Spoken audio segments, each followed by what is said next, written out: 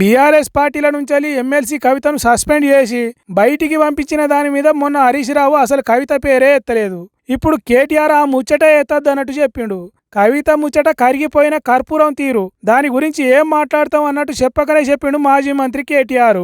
Whatever had to be discussed has been discussed in the party. Action has been taken. Once action has been taken, there is nothing further that I can add or comment. Because whatever had to be discussed internally on party forums, we have done that. And we have acted. And therefore, after the action has been taken, there is nothing further for me to comment or elaborate on. ఇన్నరా బీఆర్ఎస్ పార్టీలో బిల్కుల్ పనికిరాదనే కవితను party నుంచి మూటామూల్య చదివి బయట వేసినాం. ఇంకా మాట్లాడేదే ఉంటుంది. తీసేయాలి అనే నిర్ణయం తీసుకున్నాం, తీసేసినాం. ఇంకా దాంట్లో బతిలాడి కాంప్రమైజ్ చేయడానికి ఇదేమన్నా అగ్రిమెంటా లేకుంటే బిజినెస్ డీలా? ఒక్కసారి నిర్ణయం తీసుకున్నాక మాట్లాడు ఉండదు, మాట్లాడుకోవడాలు ఉండయి అన్నట్టు చెప్పిండు కేటీఆర్. మరి అంతే కదా, కవిత పార్టీని డ్యామేజ్ చేయాలనే ఆలోచన కడుపు నిండా ఉన్నట్లు మాట్లాడింది.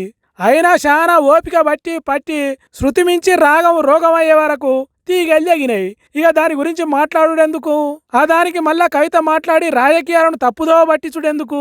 అందుకే చెరువు దిగి ఖాళీ అయినాయి. ఇక దాని మీద చర్చలెందుకు అన్నట్టు కరెంటు షాకి పెట్టినట్టే మాట్లాడు కేటీఆర్. మరి దాని మీద కవిత ఏమంటదో? రామన్న నువ్వు పైలవని చెప్పిన కేటీఆర్ తన ముచ్చట మాట్లాడపోయేసరికి ఎంత ఫీల్ అయిందో, మళ్ళా ప్రెస్ మీట్ పెట్టినప్పుడు రామన్న మీద ఇదే ప్రేమ చూపుతుందో లేకుంటే హరీష్ రావు మీద వేసినట్టు ఏదైనా బదనం వేస్తుందో చూడాలి.